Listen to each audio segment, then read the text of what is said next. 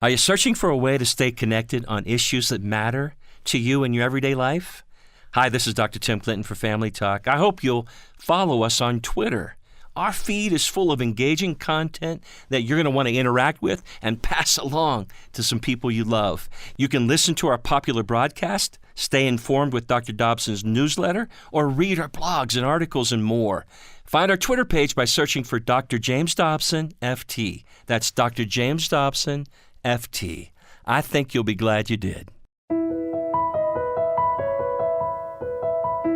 Today on Family Talk. In the book of 1 Corinthians chapter 6, the Apostle Paul reminds us that our bodies are temples devoted to the Holy Spirit. Now, most of us understand this metaphor to signify our obligation for spiritual purity and our dedication to God. However, this verse also implies that it's our duty to care for our physical bodies as well. This is Family Talk, the radio broadcasting division of the James Dobson Family Institute. I'm Roger Marsh with your host, best-selling author and renowned child psychologist, Dr. James Dobson. Now, today you're going to hear a classic Dobson interview which focused on being physically fit and healthy. Nearly 20 years ago, Dr. Dobson sat down with revolutionary health and fitness expert Dr. Kenneth Cooper. For over 50 years, Dr. Cooper has studied the correlation between diet and exercise and maintaining a healthy lifestyle. All the way back in 1968, Dr. Cooper published his findings in a book called Aerobics, which was read by millions.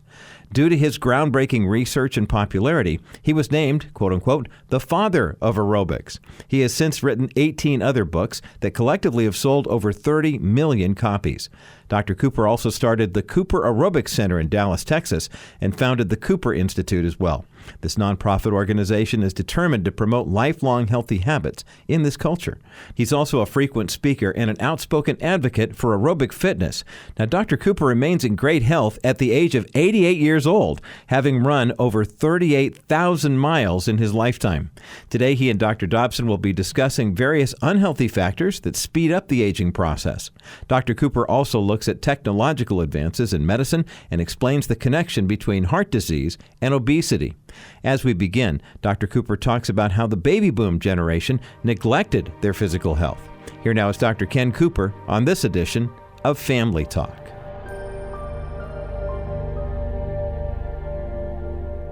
Well, hopefully you maintain the power of youth as you grow older and don't lose it. For example, this book was written for the baby boomers, who really led the exercise movement in the late 60s, early 70s, and throughout the 80s. But unfortunately, as of 1996, every minute, 6 baby boomers are turning 50 years of age, and they haven't kept up the practice of preventive medicine that they practiced over the years. And that's one reason why we're the fattest we've ever been in the history of this country. And our level of fitness in our children has really gone to pot. So what I'm trying to do with this book... 53% of Americans are overweight. Above 25% as far as the BMI is concerned. And that's exactly true. And that's a tragedy when we become so oriented towards reducing the fat in our diet and reducing the cholesterol in our diet.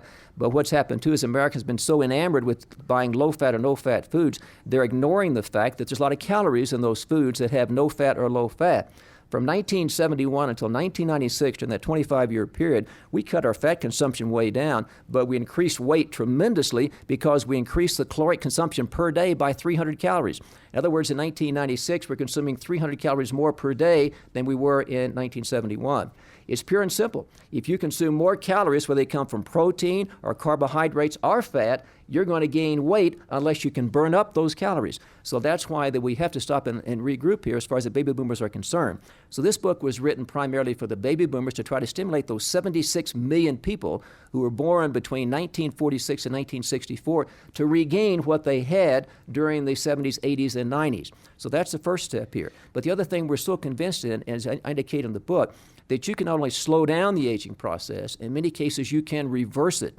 And you find examples in the book of people in advanced years, like 75, 80, 85, 90 years of age, who are still enjoying life to the fullest. And in every case, you'll find that one thing is common throughout all this is they have remained physically active over the years. As I say in the book, too, if you want to slow down aging, there's 3 things must be eliminated. In this order, they are, number 1, cigarette smoking. Number 2, inactivity. And number 3, obesity. Those are 3 things that accelerate aging. If you'll control those, you can slow down the aging process and in many cases even reverse it. In 1968, you wrote that book, Aerobics, which took the country and indeed the world by storm. I'm sure you had no idea what was about to happen to you.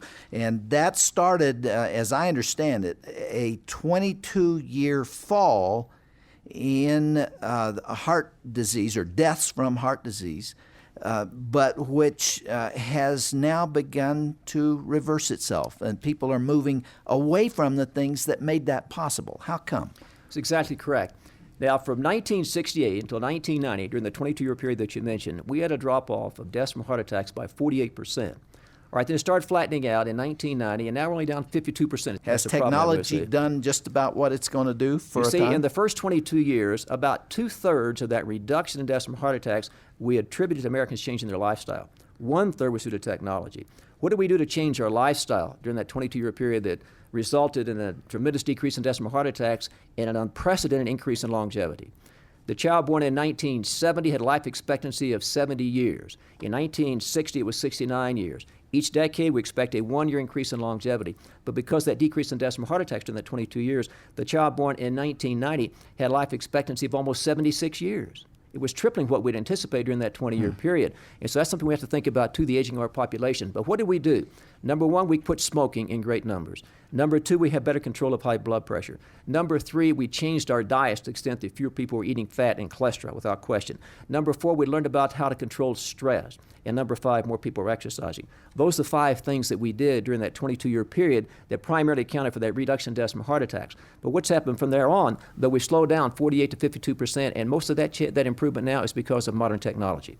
We have gone back to the old habits, unfortunately, but modern technology has kept up to an extent that we haven't reversed it completely, but we've gone about as far as we can go with modern technology. Look at the things we're doing now we weren't doing back in the 70s, such things as heart transplants, such things as balloon angioplasty, bypass surgery, and now they have these new laser technologies where you can actually open up those occluded vessels. All those technologies, how much farther can we go? I don't think we can go much farther, and we're going to have to stop and regroup and go back to the basics that made us so successful during those early years. Are people really exercising less now than they were 5, 6, 8, 10 years ago? Give me statistics from the Gallup polls. In 1968, we had 24% of our adult population exercising and less than 100,000 joggers. We reached a peak by 1984. We had 36 million people claiming to be jogging regularly, and up to 69% of the people were involved in some type of exercise program. But from 1984 on, it started dropping off.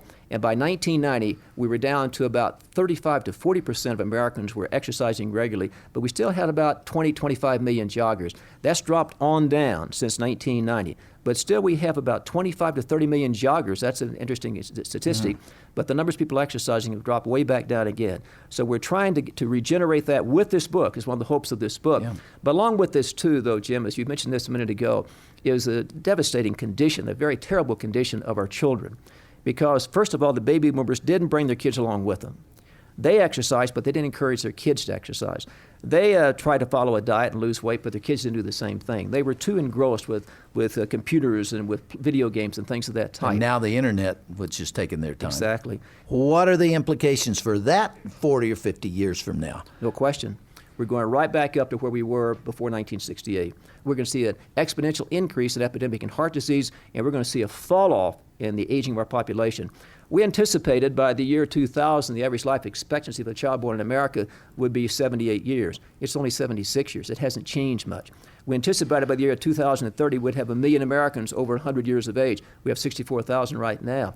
But that's not happening either. And we're beginning to see that all this obesity and inactivity and all the things that we're doing is taking its toll. So all the benefits that we've had over the last 25 to 30 years will go for naught unless people stop and regroup, take a self-evaluation, and follow some of the principles in this book. For example, I can tell the listening audience that is overweight that if you'll just change the way you eat, the way you consume your food, if you consume 25% of your calories for breakfast, 50% for lunch, and 25% for the evening meal, always try to eat before 7 o'clock at night and eliminate snacking, the majority of you will lose weight if you're overweight.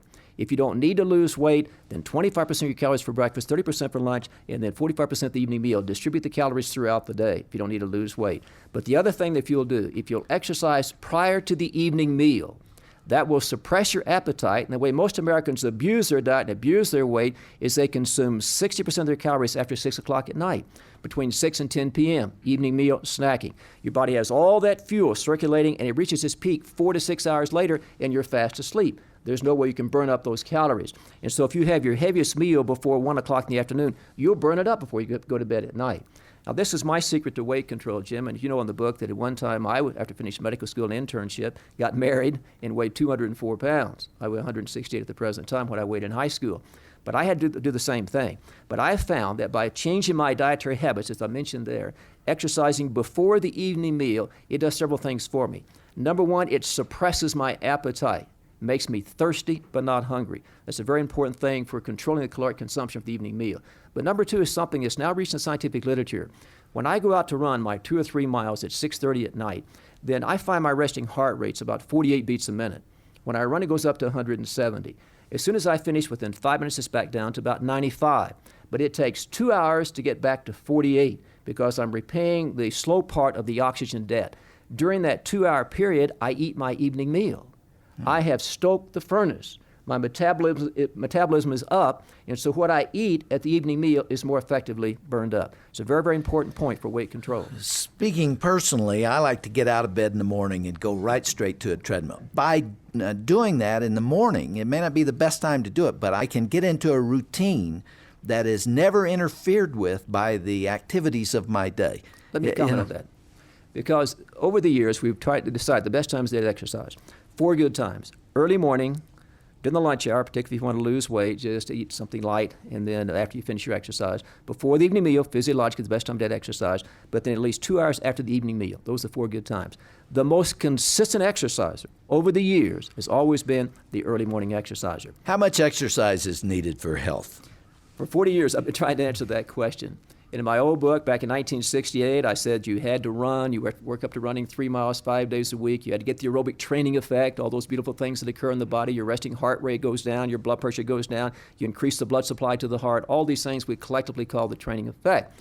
Well, we thought that until 1989, that unless you exercise vigorously and got the aerobic training effect, exercise might make you feel good, but it wasn't doing anything else. But yet Dr. Stephen Blair from our center took some 13,400 healthy men and women and followed them for about 8.6 years. They were all healthy.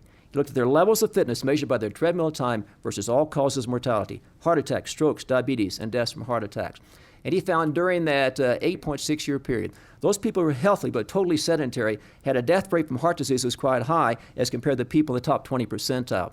And so we described a new category of fitness we call the health and longevity fitness. We now have 3 categories of fitness. We have the sedentary, and there's at least 48 million Americans in this category now who are totally sedentary but they're healthy. That's about 20 percentile. The next 40 percentile on the fitness scale is called health and longevity, and the top 40 percentile is called aerobic fitness. We still have that. What does it take to get health and longevity fitness? Walking 2 miles in 30 minutes 3 times a week. Can't walk that fast. That's 4 miles per hour, as you know, Jim.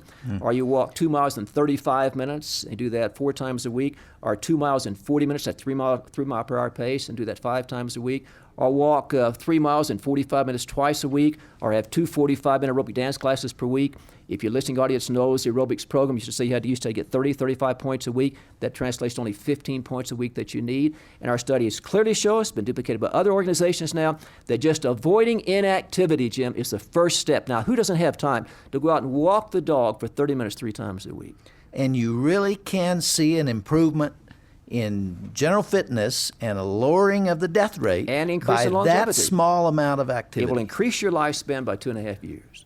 What does walking do for you? Well, many things, but the other thing, too, I want to elaborate on, the 30 minutes doesn't even have to be continuous. It could be 10 minutes 3 times a day. Just incorporating walking up and down a flight of stairs, walking to work, getting off of the bus or whatever your transportation to work, parking your car far away from work, and walking more than you used to do. That can all be incorporated. If you just have little bits here and there throughout the day, collectively, if you get 30 minutes, most days of the week, you'll get some training effect from that. We're talking about the book, Regaining the Power of Youth at Any Age. You talk in here about the concept called targeting. Explain what you mean by that. It's a unique concept. Over the years, we've had just general recommendations for people. Go out and exercise and do some weight training, whatever it may be. But this concept is targeting the particular needs of the individuals. I use as a reference in the book when I went to Russia many years ago and was in Leningrad, and I went to the Institute for Physical Culture. And I noticed how they were training their Olympic rowers. And they actually put transducers throughout their body and try to find out which muscle is being used the most during that rowing activity to prepare for the Olympic competition. And so they found that the bicep or the tricep or the quadricep muscles are being used. And so then they developed training programs specifically designed to develop those muscles. That's targeting. That's targeting from a musculoskeletal standpoint. We have broadened this to the whole field of wellness, targeting. What is your problem? Cigarette smoking. What is your problem? Drinking. What is your problem? Obesity. What is your problem? Inactivity. What is your problem? Your diet. Target. And then we talk about many things like the trilogy of stretching and strengthening and endurance type of activities of that type, stretching and strengthening and stretching. And those are very, very important as we get older to regain the power of youth. I know for a fact, and you'll see in the book too, we talk about changing your program as you get older. This is the targeting concept that I used to say all you had to do was go out and do your aerobics, just walk, run, cycle, or swim. And now we know as you get old, if you don't bring some musculoskeletal conditioning along with that, you might be able to run 3 miles in 24 minutes, but can't pick up a sack of groceries without pulling your back out. Yeah. And that's why the recommendation of the book now is as follows. If you're 30 years of age, you spend 80% of your exercise program aerobically, walking, running, cycling, swimming, but then 20% you spend musculoskeletal conditioning, working on the weights, calisthenics. That's at 30s. In your 40s, it drops to 70 and 30s. In your 50s, 60 and 40. In my age, past 60, it should be 55% aerobic and 45% musculoskeletal conditioning. And you're going to start needing that more and more as I do. I found that too. One thing I discovered, Jim, with this concept is that at 55 years of age, I could run 3 miles, 4 miles at about an 8-minute pace, not too much difficulty. But all of a sudden, I couldn't ski more than 2 hours, and I love to ski, as you know, without my quads burning so bad, had to stop and rest. I couldn't believe that. How can I be such great aerobically conditioned, and I couldn't even ski more than 2 hours without getting such fatigue I had to stop? And the answer is the specificity, that's targeting, the specificity of training. So what did I do 13 years ago? I started doing weight training, concentrating on the quads. And on my birthday, March the 4th, 68 years of age, just a few weeks ago, I skied 7 hours that day without a single problem. This program goes by so fast, and especially when we have a guest like this with so much to say, and yet we have indicated that we're going to let this big audience here, or some members of it, express their questions. We just have a few minutes left, so let's do that. If somebody would like to ask a question, we'll pass the microphone to you. My name is Patrick Hill, and I'm from Groton, New York. And I was wondering what kind of foods are best to eat to keep your blood pressure low? Good question. In one of my books, Controlling Hypertension, I talked about ways that you can control blood pressure physiologically without having to resort to medications, which are expensive, they have side effects, their effectiveness wears out. These things. Number one, just lose weight if you want to control your blood pressure. Number two is to reduce the sodium or salt in the diet. That's the food that you're going to have to cut way down. Any type of salty foods you must eliminate. Number three, eliminate or restrict beverage alcohol to no more than 2 ounces per day. Alcohol increases the blood pressure. Number four, again back to the food, you have deficiencies in vitamin C, potassium, magnesium, and calcium. All relate to hypertension in one form or another. Next on the list, you have to reduce the intake of saturated fats and high-fat foods to control your blood pressure. And next on the list is increase the roughage in the diet, fresh fruits and vegetables. That's number 6. Number 7 then is use stress management techniques to control high blood pressure using biofeedback if necessary. And then finally, number 8 is aerobic exercise, protects you from developing high blood pressure and can be used to treat high blood pressure. So you see at least 4 of those that I mentioned, 3 or 4 as I mentioned are related to food intake. Question over here. My name's Shelley Kimball, and I'm from a small dot in Idaho called Cary. And I have a question. I've been on hormone replacement therapy since I was 21 years old, and I'm now 25. And I've heard, but I cannot find any information that I can control this without the medicine by diet and exercise. And I was wondering if there was anything you could tell me about that. Well, I'm really happy you asked that question because in this book we've talked about that at length. In fact, there's 5 different block situations that women can get into to answer the question whether you even need hormone replacement therapy. All right, and as I tell my postmenopausal women, the good Lord's provided you with a way to overcome the harmful effects of menopause physiologically. What are the 3 things that happen when you go through the menopause? Number 1, your HDL, or protective type of cholesterol, drops. Number 2, you increase the risk of osteoporosis or brittle bone disease. And number 3, you have menopausal symptoms. Now, menopausal symptoms are transient. Most women get through that in 6 to 12 months maximum. The other 2 are very important things. Now, women start having an increase of heart attacks after they go through the menopause, and actually more women die of heart attacks annually than men, but they die later in life. That's the situation there. So again, what we can do now with exercise, and no one argues about this, if you get involved in a good aerobic exercise program, you can actually build up and maintain a high level of HDL cholesterol just as effective as you can by taking postmenopausal estrogen. Bone density. There's a great study. It's a book written a few years ago entitled Strong Women Stay Young. And in this book, they were able to show that women with an average age of 61 years who were postmenopausal at least 5 years, and they found that in a 50-week program, exercising only twice a week for 45 minutes and then taking 800 milligrams of calcium daily, they actually reversed the bone loss and built up new bone in the back and the hip without hormone replacement therapy. Ladies, the good Lord provided you with a means of being able to accommodate and overcome the harmful effects of the menopause without taking hormone replacement therapy in the majority of cases. Over here. Hi, my name is PJ Muselli, and I'm from Moundsville, West Virginia. And it's a two-part question. First of all, you talked about the slowing down the process of aging. And my question is, can we really prolong life or just enhance the quality of the life we have? And the reason I ask that is, it seems to me that God appointed us, called us into the world, and He'll call us out when He's ready. And so my question, something I'm personally struggling with, is I have a hard time justifying a half hour a day, an hour a day of working out because it seems so self-centered when the Christian life seems to be other-centered and I could be doing other things. For you're bought with a price, glorify God in your body as well as your spirit. Where does that come from? That's pretty definitive there. But may I read it? 1 Corinthians 3, 16 and 17. Do you know that you yourselves are God's temple and that God's Spirit lives in you? If anyone destroys God's temple, God will destroy him. For God's temple is sacred, and you are that temple. And that's pretty direct, isn't it? It's just as much of a sin to be overweight and inactive as it is to drink or smoke, whatever it may be. And I'm afraid that a lot of Christians don't accept that. Now, I can show you that you're shortening your life by inactivity, by obesity. Are you doing what the Lord commanded you to do? Are you squaring off the curve, living a long, healthy life to the fullest, and then dying suddenly? There's that hope there. Here I am, 68, still practicing medicine, still very busy, still enjoying life. That isn't my happenstance. It's because I've adhered to these concepts that I've practiced now for the past 40 years, and Lord has blessed me immensely with my work, with my family. It's just unbelievable. And Jim's in the same category.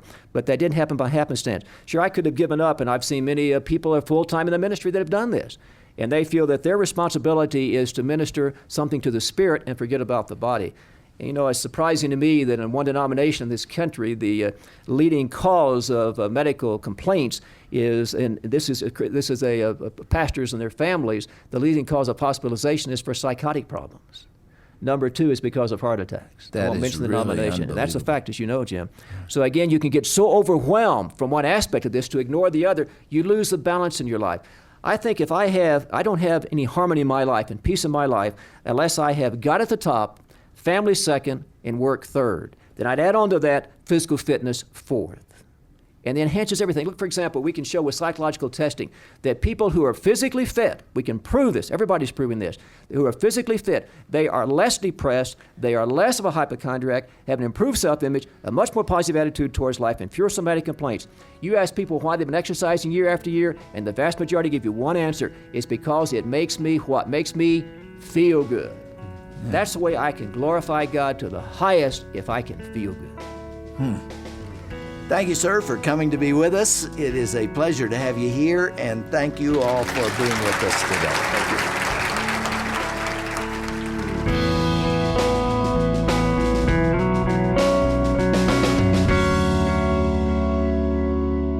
I'm Roger Marsh, and you have been listening to Dr. James Dobson's classic conversation with Dr. Kenneth Cooper here on Family Talk.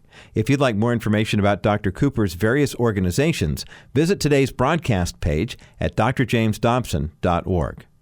By the way, if you're searching for encouraging content to help grow your family, be sure you check out the DobsonLibrary.com website. It's our online inventory of Dr. James Dobson's complete body of work. Yes, it's true. We have cataloged all of his articles, blogs, newsletters, and past radio programs as resources just for you.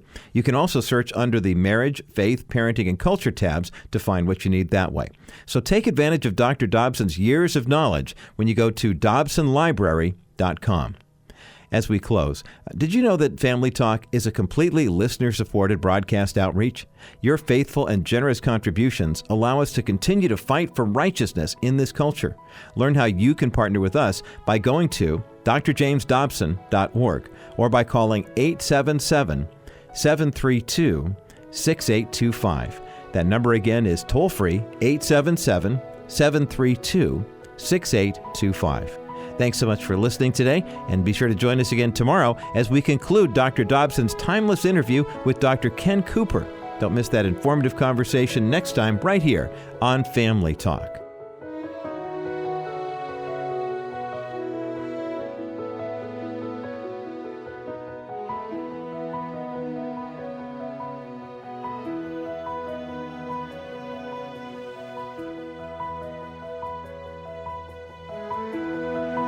This has been a presentation of the Dr. James Dobson Family Institute.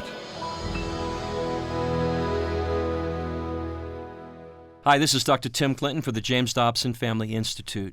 Are you leaving a lasting and godly legacy? When you think about your family after you're gone, are you worried about them? Or are you confident they'll hold on to what you've taught them? At the Dobson Family Institute, we're committed to helping you understand the importance of passing on your faith, not only to your children, but to your children's children too. Check out drjamesdobson.org today for helpful hints, tips, and advice to help make this happen. Remember this, your legacy matters. Don't waste it.